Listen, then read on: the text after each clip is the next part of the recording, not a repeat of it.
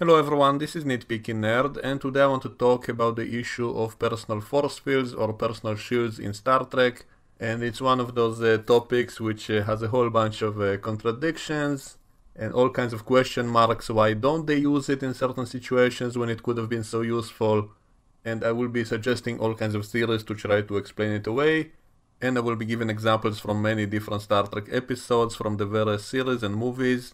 And in short, I think it should be used. It would solve a lot of problems with suspension of disbelief, of people not using spacesuits when going to other planets, all kinds of combat situations where it could have been useful, and why don't they use it? How come we only see certain aliens use that kind of technology? And yet we do have some examples in some episodes that Starfleet does have this kind of capability and yet doesn't use it. Maybe there are all kinds of countermeasures that people use against technologies like that. How all of this affects storytelling and action scenes. Maybe it's not a good idea to make our heroes overpowered because it would simply make it too easy. It would remove the risk factor. It's also not a good idea to keep coming up with excuses in every single episode for why this or that doesn't work. That can become annoying. It's kind of what happened with the transporters. They complained about it a lot. That in a lot of episodes it was too easy of a solution. So they constantly had to come up with technobabble excuses to explain why it doesn't work in that particular situation. And all those excuses start to become repetitive and annoying to the point that I sometimes thought it would have been better off if they never had the transporters at all. And so I think it's a similar problem if we do introduce something like personal shields in Star Trek. It will become too easy for them, especially against primitive aliens. They would no longer pose any kind of danger. Unless you come up with excuses, oh, in that planet there is some kind of radiation which makes our personal shields useless, and so suddenly we don't have shields, but it will become annoying to keep making up excuses every single episode, every time you want to have an action scene. They kind of did that with the phasers in all kinds of episodes in which for some reason, some kind of radiation is deactivating the phasers, making the phasers useless, and so now they have to fight with swords. For example, there was a Deep Space Nine episode when they had to fight Jem'Hadar soldiers with swords because both sides couldn't use the normal long-range weapons. So I can't really blame Star Trek for not wanting to introduce too powerful technologies, because then it will limit what they can do in other episodes or force them to come up with excuses every single time they don't want to be able to use it. And so they kind of kept all of it vague and unclear and without any straight answers. And so I'm going to try to come up with theories to tie it all together and to explain it in a way that will be believable, and it will help with our suspension of disbelief in all kinds of situations, as well as allow kind of a loophole to have those kinds of action scenes which I do like. I do want them to have fights with swords once in a while, or a martial arts fight, or having to use all kinds of strange tactics, and not just phaser everyone from afar all the time and be safe behind a personal shield. That will obviously be boring, and so I'm actually all for limiting the heroes so that they won't be overpowered, obviously, but on the other hand, I want the show to make sense, and since they do show us that they do have that kind of technology, then it makes no sense for why they don't even try to use it when it could be so useful. So ever since the original series, we always see the heroes go down to some planet in just their normal uniforms. They usually get beamed down to a planet, and they never suffer any consequences from a radically different atmosphere, different air pressure, and so on. They all seem to be totally fine. Now, of course, usually they go down to some M-class planets, but still you would assume there might be some kind of shock from suddenly being in a slightly different air pressure or temperature.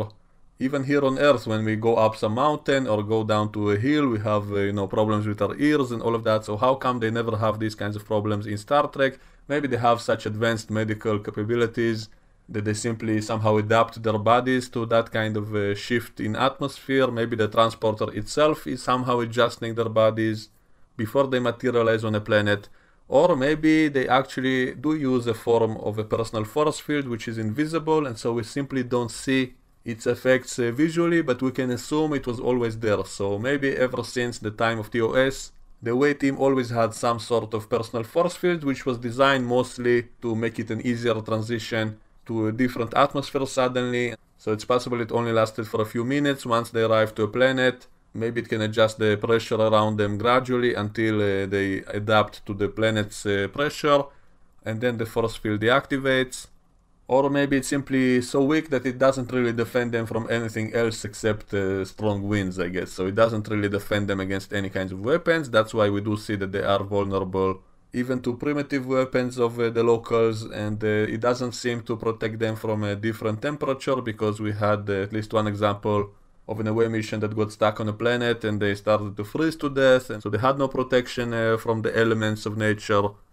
Or maybe the force field is too energy expensive, so it doesn't last long enough to last a whole episode. Maybe it can help for a while, but not for the duration of a whole episode, and so that could explain that contradiction. And of course we never actually saw them using any kind of force field. I'm simply assuming that it would make sense because they're going down to so many different planets, seemingly without protection, except a few rare occasions in which they did seem to wear environmental suits, but in most episodes they were just in their normal uniforms. Now, in the time of the animated series, which is supposed to take place right after the original series, they do suddenly have what appears to be skin-tight force fields around their bodies, which allows them to be in any environment, even in outer space, or even underwater without any problem. They can breathe just fine. So presumably the device that creates that force field also provides them with oxygen and the right temperature and all of that. And apparently they don't have to wear any kind of environmental suits in any situation. And so this seems to contradict later Star Trek shows and movies in which they did use environmental suits when going out into space, like in the movie First Contact, and in a few episodes of Voyager and Deep Space Nine we did see people having to use environmental suits, like astronauts basically, and they didn't rely on any kind of energy force field to protect them. Now, it doesn't necessarily mean that that technology didn't exist. Maybe it simply was deemed to be unreliable. Maybe with a slight interference it's unstable and then you might lose your life. And so it's possible that a full-on suit is simply safer and also less energy expensive. And so that's why they no longer use what we saw in the animated show. Even though, in my opinion, we did see a few examples of a very similar kind of technology, like in the TNG episode Timescape, in which we saw them wearing a device that creates a skin-tight force field around their body, which allows them to interact with the environment, but also protects them from a different rate of time, which to me seems to be far more difficult than simply protecting someone from a different air pressure, for example. And so if that kind of technology was available, as we do see it's a normal device that they had available on a runabout, so if that's possible, I can't see why it cannot be possible to wear that kind of device on a normal away mission simply to protect you from a different air pressure, because just think about what it means to protect them from a different rate of time. Obviously, if they go into a ship in which time is almost frozen, that means the air is not moving. That means they're basically in an almost absolute zero temperature and all kinds of other problems, but I'm guessing that device is countermeasuring all of those problems, and so they're totally fine walking in that environment. And even stranger is the fact that it actually keeps them at a different rate of time. They're basically moving at super speeds compared to all the other people on the ship in which time is almost frozen. So if they could use that in normal situations, that means they can be as fast as the Flash to the normal person who is not wearing that. That means if they could accelerate themselves to such a degree in any other episode, that means they could become as fast as the Flash and run around and do their mission in 1 second. Compared to the rest of the universe. So I'm presuming this is not possible in normal situation. It was only possible in that one episode because the space-time continuum got fractured by those aliens, and so it only worked in that specific setting. They could create a bubble of the normal time around themselves before they went into that strange region of space, but they couldn't normally do that without that strange phenomenon, and so that's why we never see them use that in any kind of other normal episode. Otherwise they can be like superheroes, like that episode in SG-1 in which the team got their hands on some kind of device that if they put on themselves they can also become super fast, and they can use that to easily defeat all their enemies in 1 minute. So obviously it's too powerful to have this as a normal device to have. So I presume the time thing only worked in that one episode. However, I still would insist that the device they used could still normally be used to defend them from a different air pressure at the least. We also have another example in the TNG episode A Fistful of Datas, in which Worf got stuck in the holodeck and was threatened to be shot by holographic characters with the safeties off, which means the guns will be as powerful as normal guns, as we saw in many other occasions, and yet Worf was able to use his comm badge and maybe some pieces of 19th century technology that he hooked up to it to create a personal force field which could last for 15 seconds. And he didn't plan for this situation, so he had absolutely nothing with him except his comm badge. Then this is something that should be available to any Starfleet officer. So at the very least, every away team should have maybe a few comm badges like that, which were modified to create a personal force field in case they encounter any kind of danger. And the time limit can be a way to not make them overpowered. They can simply say this force field can only last for a few seconds against primitive weapons, and if we lose contact with the ship, then we still will be in danger. And so that's a way to not make it overpowered, to simply say this kind of defense can only last for a short while.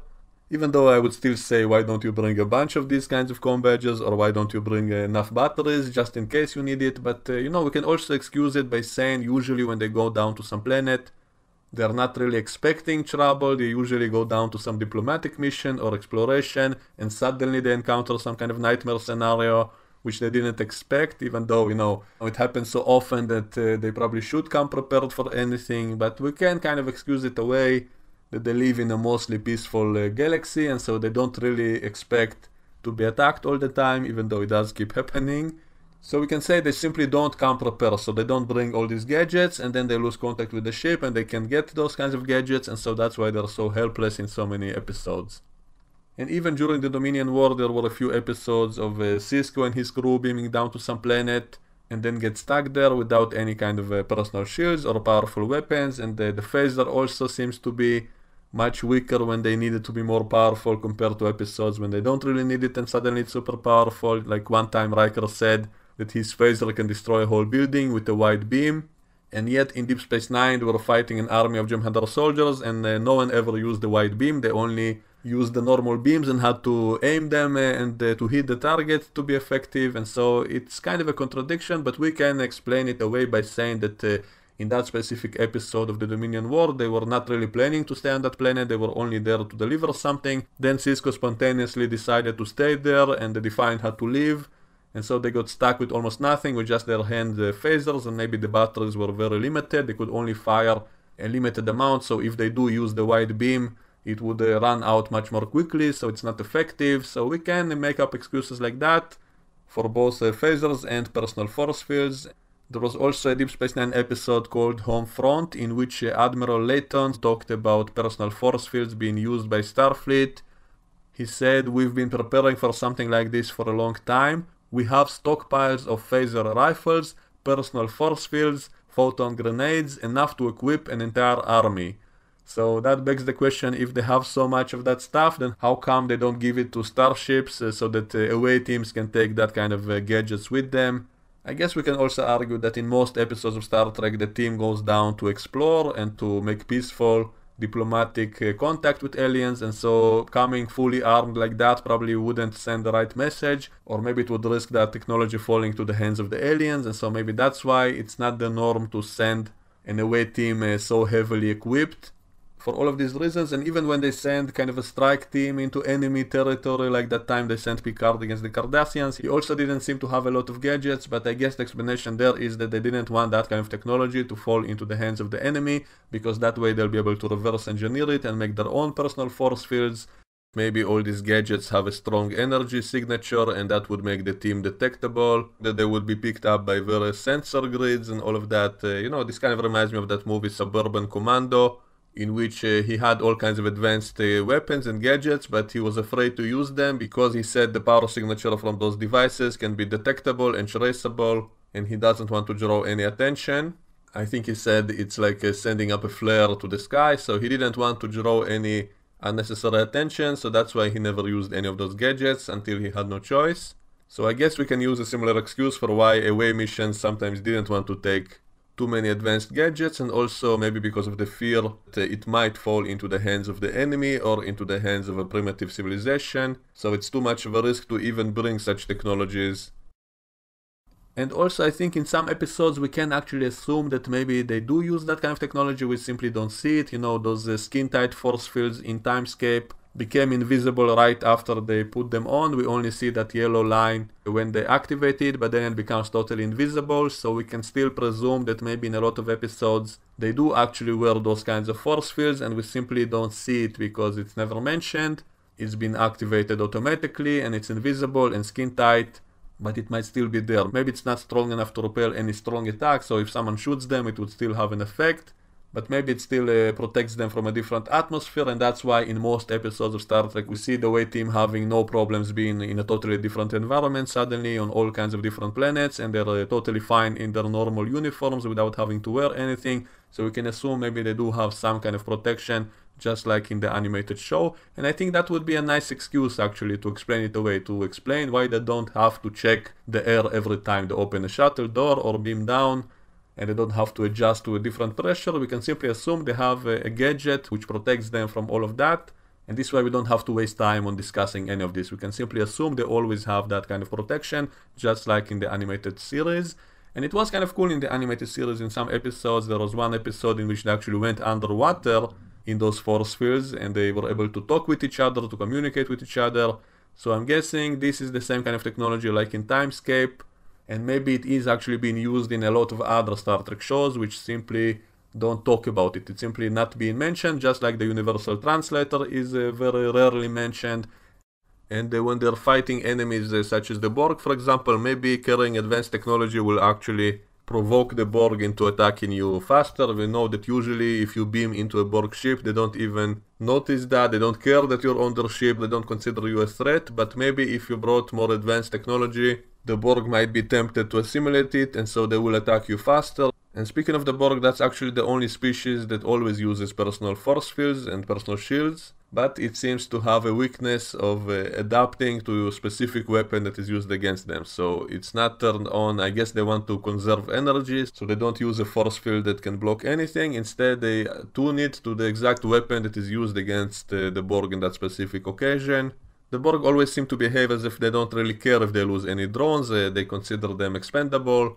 So maybe they're doing like a calculation of how much energy they will spend on creating a powerful shield for every Borg. And I guess they decided that sacrificing the first wave of Borg drones is preferable, and that way the next wave will have the exact configuration of a shield, which is not too energy expensive, and that way in the big picture they might have superiority. So it's better off to sacrifice the first wave of Borg drones to be used as cannon fodder to determine what kinds of weapons are used against them, and then the next wave will be adapted to that. On a technical scale, if they wanted to, they probably could protect every single drone by simply having them all have very powerful shields, which we do know even Starfleet can do when they want. But the Borg are perfect users, they are robotic, they want to conserve their resources, they want to use the exact levels that would be the most efficient, and so I guess they decided that's the best approach. So the Borg do use a personal shield, but it's easy to bypass it if you simply change the frequency of your phaser. Now, it's possible this is something that can always be done with any force field. We did see people using phasers to get through force fields. One time Riker was trapped in such a force field and then they used the phaser to free him. And we also saw that in other episodes, people trying to get through force fields with phasers. And so it's possible with enough tinkering you will be able to get through any force field if you have enough time. And so the Borg simply adapt their force fields to any such attempts. And so the Borg are probably the most effective in that area. I'm guessing with enough energy you can create a force field on a bigger spectrum that can block almost anything, but then that will be much more energy expensive, and so to conserve power you have to attune it to the specific conditions, and also, maybe too strong of a force field will be harder for the one that carries it to move around. Maybe such a force field will be glowing so bright that it will block your field of vision, and maybe it will prevent all the air from coming through, and so you'll have to have a life support system inside there. So all kinds of problems will pop up if you have too strong of a force field, and that's why there is a need to make it more transparent and to allow certain things through, and for the individual to be able to move around without being slowed down by the air pressure because of that force field and all of that, all those kinds of problems. Might explain why they keep the force fields in a specific spectrum, if you will, so that it will not cause all these problems, and so that your battery will hold longer, because it will be more expensive to make the force field cover all possible spectrums, and your batteries will run out much quicker. Just like Worf's force field only lasted a few seconds, because probably he put it on a large scale. And we know that the Borg force fields don't really stop bullets if they're not prepared for it. If you catch them by surprise with a machine gun, which they're not adapted to, it will hit them. We saw that in the movie First Contact when Picard took the Borg to the holodeck, deactivated the safeties, and then used the Tommy gun to gun them down. And because it was a surprise, they were not adapted to it, and that's why it worked. I'm guessing the next wave of Borg drones will be immune to that as well. Their force fields will become attuned to projectile weapons, and so it will not work a second time, in my opinion. Otherwise, the question is, why don't everybody just replicate those kinds of weapons and use them against the Borg? So the answer is that it will only work once, and then you will have to use yet another weapon. So it's easier to simply reconfigure their phasers instead of replicating all kinds of strange weapons, even though I think it could have been fun to have such a scene at least once in the movie, and then show what I'm saying would have happened, to show that they will be adapted to it. So if Worf was able to do that with just a comm badge, then I'm sure the Borg will be able to stop bullets if they are prepared for that. It only works on them if you catch them by surprise.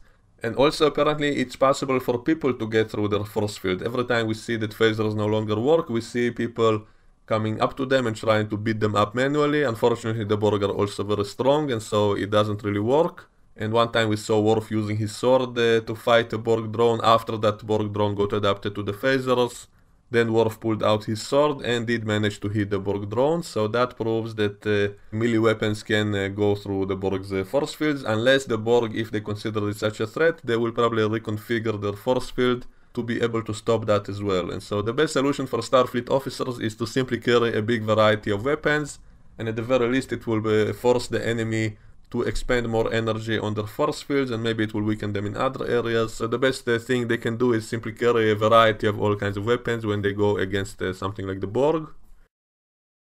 And so because of all of this, I would be fine with seeing other powers also using some kind of personal shields, and we can simply put limitations on those abilities, and we can have the cool action scenes with swords or martial arts if we say that both sides have some kind of gadget, some kind of technology that is countermeasuring the other side. And for those who say that swords don't belong in Star Trek, I disagree, because obviously we have the Klingons who always used all kinds of weapons like the Bathless, which we can use the excuse they simply want to do it, they don't have to, they can use disruptors if they want to, but they prefer all kinds of one-on-one fights to prove their ego, that they're stronger physically and all of that. So we have that excuse with the Klingons. The Klingons can get away with using swords even when they don't have to, because of their mentality, their culture, and so it's actually a perfect fit for Klingons. Because of their culture, that's why they choose to lower down their long-range weapons and instead go against each other or against others with melee weapons.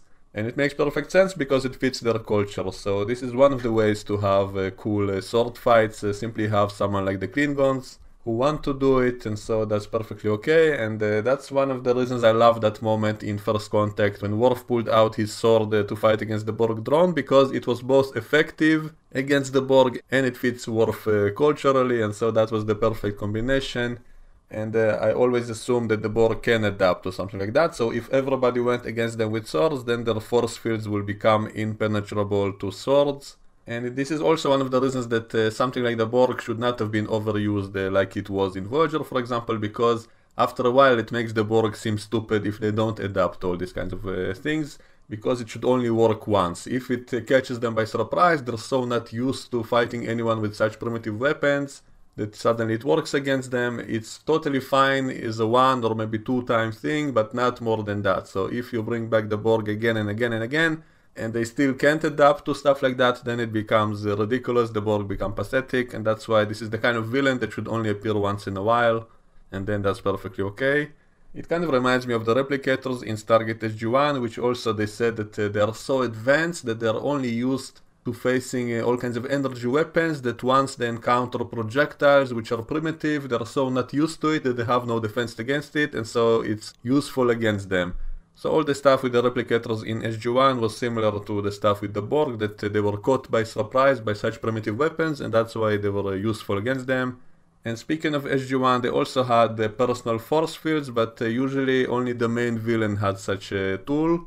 The normal soldiers didn't have it, and only the main Goa'uld master sometimes had the force field, so we can assume it's simply a very expensive or a rare piece of technology, that the normal cannon fodder soldiers were not given this, and only the masters had this. And also it did have the weakness that you can still pass through it if you move slowly, So it could defend against energy weapons, even against projectiles, but if you throw a knife, then sometimes it could pass through, and also you can come through it yourself and just beat up that guy, which we did see in a whole bunch of episodes. And I think Carter even gave a detailed technobabble explanation for why throwing the knife did work against that force field when bullets did not. She said something about kinetic energy. I guess it makes sense because, again, if you want to walk around with the force field around you, and you want to be able to breathe inside it and all of that, so I guess it has to let through certain objects so that you can move and then it moves with you and touch the ground without stopping and all of that. So it does make sense to a degree. And so if you know the tricks to bypass it, then you can still get the bad guy, the villain, simply with different tactic. And also this is one of the ways to force a situation into a hand-to-hand combat or some kind of duel with swords or other weapons, which are more fun than just shooting someone from afar. And all of this is why I'm okay with giving excuses, putting limitations on such technologies, simply to allow for a cool action scene for some kind of hand-to-hand martial arts battle, or a duel with swords, something like that is cool, I like that, and so I'm willing to put a blind eye to why is technology so limited and so on. I'm fine with that if they simply provide some kind of technobabble explanation. That's the perfect way to have everything kind of make sense. And by the way, I usually love the technobabble in Stargate SG-1. It does at least sound as if it makes sense. So that's one of the things I like in SG-1. If I compare it to something like Voyager, for example, which had some terrible technobabble, just throwing out particle names with no connotation to anything, just at random in a way that doesn't make any sense. So I hated the technobabble in Voyager, but I do kind of like it in SG-1. And Amanda Tapping, who played Carter, was pretty good at that. And the last example I want to bring up is from the movie Dune, in which Patrick Stewart actually had an action scene in which he had a personal force field, and two people, both with those kinds of shields, they were fighting each other, and they showed that if you move a knife slowly, then you can penetrate the shield and get your enemy. You have to do it in the exact right way to accomplish that, so it reminds me of the shields in Stargate and the Borg shields, and so it's all very similar. It's too bad that except that one scene we never actually saw it being used in the Dune movie, only that one scene with Patrick Stewart in the beginning, and the special effects did not age that well, but you know, soon there will be a new Dune movie, I think, so maybe they can do it in a better way.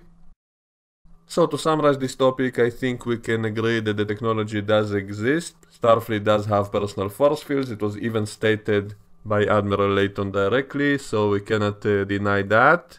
So to explain why they don't really use it in-universe is by coming up with excuses, such as saying maybe it's not very effective, maybe it's too energy expensive, maybe it has negative side effects, maybe it's too much of a risk to the user, maybe it exposes the user to significant amounts of radiation or magnetic forces, maybe it's prone to catastrophic failure, which might cook the user alive or something like that, which made people scared of using it, and that's why everybody started using the physical spacesuits instead. Just like in the prequel show Enterprise, they had a transporter, but they were afraid to use it because they heard the stories about all kinds of malfunctions, and so they tried to avoid it as much as possible. So we can use a similar excuse for the force fields, and so overall people decided not to use it. And you know, in Star Trek, most of the missions are intended to be peaceful, and so we can use that fact to explain why they don't really go heavily armed into all kinds of situations. They are basically diplomats or explorers or scientists, so even though we often see them get into all kinds of combat situations, but that was not the original intent of the mission, and we can use that to explain why they're so ill-equipped, why they don't have all the best possible, they don't even have the kind of protection or weapons we have today, so that's kind of strange, but we can explain that by saying they don't want to bring it to the alien planets, maybe they don't want the technology to be captured, so that's why they come with minimal defenses and weapons. So anyway, that scene of Worf fighting a Borg drone using a sword after his phaser was adapted to, that was a very cool scene, and that's the kind of stuff maybe they should have done in the rest of Star Trek by showing that people can have personal force fields that make energy weapons ineffective. That will give the characters an excuse to go hand to hand or use swords and to have all kinds of cool action scenes, which I'm not against. Like, I love seeing action, I love seeing hand to hand, martial arts, all kinds of stuff like that is fun. So I think that's something maybe they should have done in Star Trek. at least once in a while. We do have that with the Klingons, because the Klingons simply love to duel. It's a matter of honor for them. So they often fight each other that way simply because it's their honor. So we did get to see a bunch of scenes like that with the Klingons in all of Star Trek, so that was fun. And I wish in the new Picard show they would have such an excuse for the character of Elnor, because he was fighting with a sword, but without any kind of shield, without any reason for him to be able to stand against people with phasers. So it makes no sense. So he basically had to sneak around and to jump around and to hide and sneak behind people to kill them. Otherwise he would be totally useless, because then you can simply shoot him. And for some reason, long ago they changed all the phasers into pulse weapons, and it just seems less effective, so it's much easier to miss this way. And I guess maybe that's why they did that, so that it would look more realistic for why people cannot simply hit their target. Because with the beam you can simply move the beam wherever you want and you will always hit the target. And also in TNG they often said that it's possible to make a wide phaser beam and to destroy a whole building with one phaser and all of that, and that doesn't really fit what we saw even in Deep Space Nine. They were using rifles. I guess we can invent excuses for that as well. Maybe it's to conserve energy. Maybe if you use a wide beam you can only shoot it once, and so you will not be able to keep fighting that way, and so it's not effective. So we can come up with excuses. But I always thought in the old shows, when they actually fired the beam, a long ray to hit the target was simply better visually, and it makes more sense, and it seems to be more effective. And in all the later shows it became more like Star Wars, firing a bolt of energy, which is easier to dodge and to evade, and it won't hit the target. And so I guess it's easier for the scriptwriter. But one of the things that annoyed me in Star Trek Picard is that this Elnor guy is totally useless if he's not in some kind of environment in which he can hide somewhere or sneak behind people to kill them with a sword, because otherwise he would be totally useless. And so what they should have done is simply say that he has some kind of personal shield which protects him from phasers and disruptors, and that's why the only way to get him is to fight him with a sword or hand to hand, and then we can have all those action scenes, and that would make sense, because they can simply establish that he and maybe some of his enemies all have personal force fields, and so that's why they fight hand to hand. He can only use a sword because the sword does pass through the shields, and so his enemies will also fight him with a sword or hand to hand, and then all of those scenes will make perfect sense. Another related topic is the question, why don't they ever wear any kind of protective gear, any kind of armor to help protect themselves? Why not just wear armor made from some tough material? I guess we can say that maybe no material can withstand the heat of a phaser. If a phaser can actually vaporize people, then it probably can get through any kind of armor which a person can wear. We did have a few costumes of all kinds of strange, goofy looking protective gear that security officers wore in the movies of Star Trek, the TOS movies. We sometimes saw security officers in very funny looking costumes, which maybe was a good idea that they kind of stopped doing that, because it just looked ridiculous. If you want to do that kind of stuff, then design it properly for it to look cool and not look so silly, and so maybe it was a good idea they stopped doing that, but it does have its own charm as well. I always kind of have a laugh when I see one of those security officers with the goofy helmets, which I guess would be totally useless. If someone else has a phaser, this costume won't really protect you no matter what material it's made of, and maybe there are some tough materials that can withstand the weapons, but then they would again be too expensive. You cannot really equip everyone with that. So maybe only some elite units would have it. If the Federation would to send some kind of elite team on a special mission, I guess they would equip them with some kind of costume and personal shields and all the possible weapons. And I'm also guessing they can put self-destruct in such equipment, so if the team is captured, it would not fall into enemy hands. And so I wish we would see something cool like that in a future Star Trek movie or show. If it's done right, I think it would be cool. It would be a plus for the show or the movie. It would make it more clever and more exciting and more badass than just seeing the crew members just walking around in pajamas all the time. And in Star Trek Discovery we did see them wearing all kinds of cool looking outfits which have apparently nanotechnology, all kinds of suits which can form around the characters and to protect them. So I did like some of the special effects in Discovery. I often complained about that mostly because of the continuity issue, and I always said if they simply set the show in the future instead of the past of Star Trek, then it would logically fit with the technology level and it would not be a continuity problem. That's what I always said, and I guess it's one of the reasons they jumped that show into the future.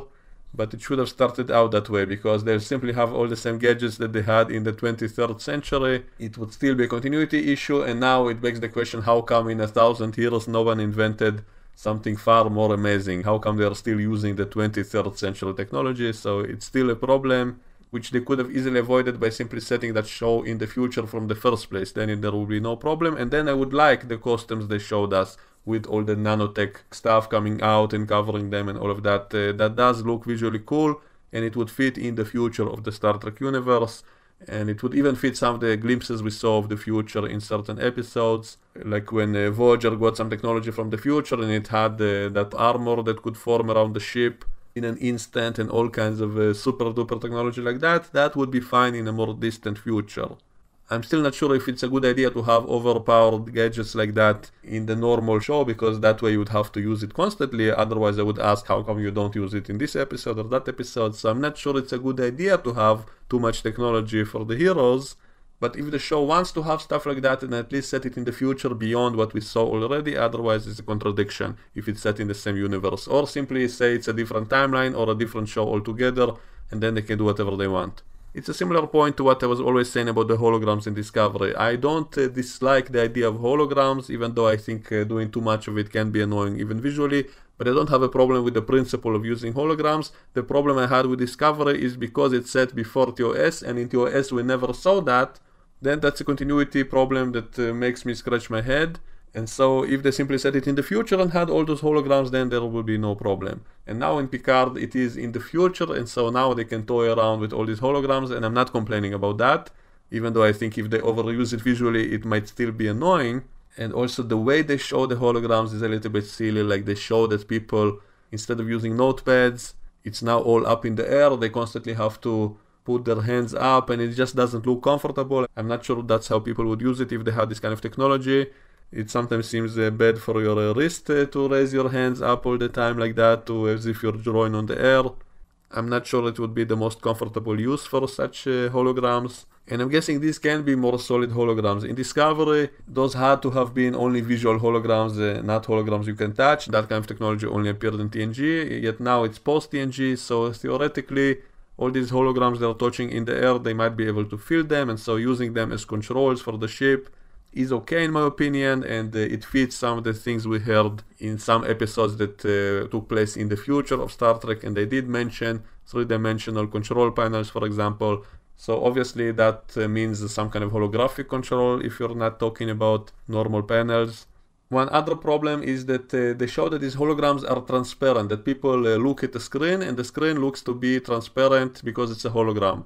But the holograms in this time period don't have to be transparent, they can be totally solid, you can even touch them, and so if you want to have a holographic screen, that's totally okay, but why does it need to be transparent? I guess it has to be so that the audience understands it's a hologram, so that the new viewers won't get confused, but it doesn't really fit the technology level of this time, and it doesn't seem to be very comfortable to the eye. Like, why would you want to look at the screen which is half transparent?